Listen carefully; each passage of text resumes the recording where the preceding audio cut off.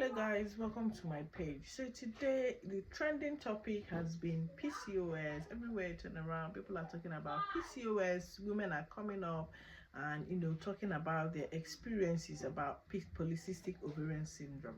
So I'm going to explain polycystic ovarian syndrome from an IVF point of view, considering I've had this experience. I've seen women who lived this experience and who are still living this experience. So PCOS basically is polycystic ovarian syndrome.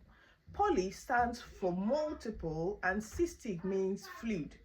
So it's basically women who produce too many eggs that are fluid filled. I mean, imagine that you've produced egg and your egg is full of fluid. It kind of prevents the sperm from fertilizing this particular type of eggs.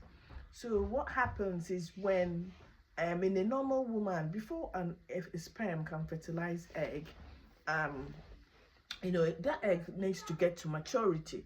It needs to get to a particular size. It needs to be matured enough for the sperm to fertilize it. But what happens in PCOS is, because you've got like multiple poly, and then the problem is not only that you're producing so many eggs, the problem is that also it is fluid filled with fluid from the body, and there's no way. It becomes difficult for the sperm to penetrate and fertilize this type of eggs. So that is what polycystic ovarian syndrome means. It's a syndrome because it comes with multiple symptoms as well. So one of the symptoms that you see is that these women produce a lot of hairs. They have hairs, especially around their around their chin, and where men grow hairs, around their chest, their buttocks, and their backs. You see some females that are quite hairy around those areas. Some of them have acne or oily skin. Which other symptoms do they produce? Irregular menstruation as well, and some of them might not even have menstrual period as well, but that's quite rare. But they do end up with irregular menstruation. So moving ahead to diagnose this, normally from an IVF point of view, I mean, we've seen these women before they started their treatment for IVF. When you scan them during ovulation, you see multiple tiny eggs, tiny eggs, and you're scanning, you find out that these eggs are not developing, they're not getting bigger in size.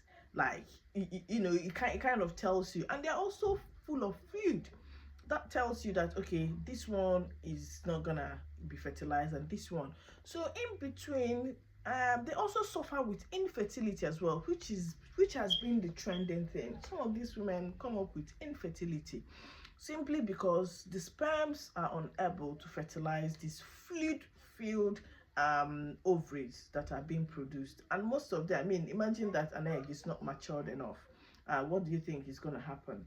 So history of infertility, because what even makes some women to go to the hospital to track is when they probably they've got a partner and then they're not getting pregnant. Is probably when a scan is done and the doctor might tell you, okay, I think we're suspecting PCOS. And then some hormonal tests as well to why some of these women may display those excessive hair growth is because their testosterone levels might be high, considering that they are women. Testosterone is a hormone that's usually found in men. So this helps to diagnose PCOS. And even in IVF, when they are trying to undergo IVF and you're trying to give them some medications, I mean the hormones that will help them to get their egg to maturity, you have to be very careful in stimulating these women, because sometimes you may tend to overstimulate them. What happens is that they've got like so many eggs that are produced.